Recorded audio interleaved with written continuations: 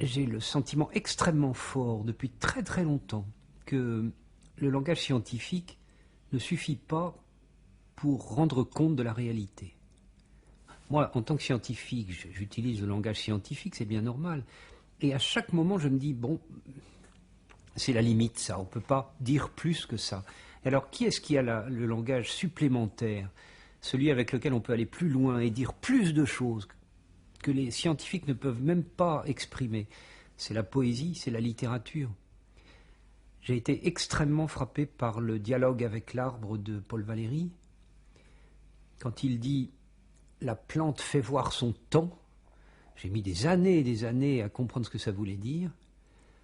Mais maintenant, je trouve ça génial. La plante fait voir son temps. C'est vrai que dans le développement animal, les stades antérieurs sont éliminés.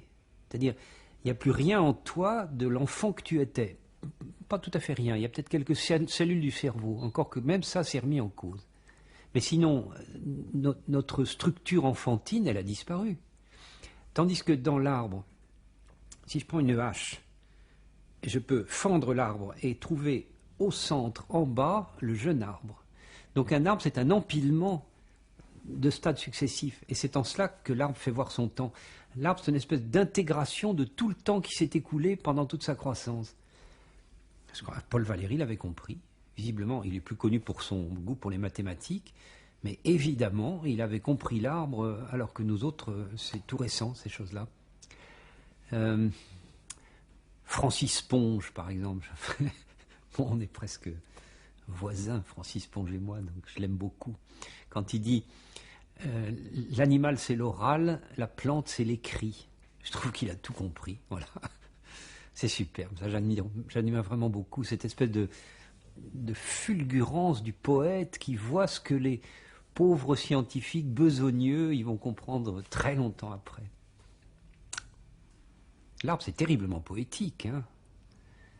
Un traité sur la poésie de l'arbre, ça ne manquerait pas d'intérêt. Je pense qu'il y en existe déjà quelques-uns. Vous avez certainement compris que l'arbre ne me laisse pas indifférent et que je lui voue une admiration sans borne. Il me semble réellement que dans notre époque, c'est un modèle d'existence qui est à prendre en considération.